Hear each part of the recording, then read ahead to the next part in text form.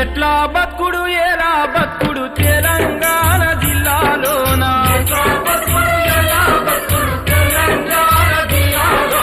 లాఠీ తూటల రాజ్యమాయ తెలంగాణ పల్లెలోన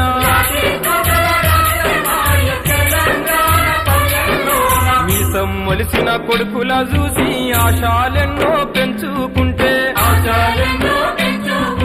చదువుకొని గొప్పోళ్ళయి సాతారని కలలు గంటే కన్నందుకు కంటి పాపల కాటికైనా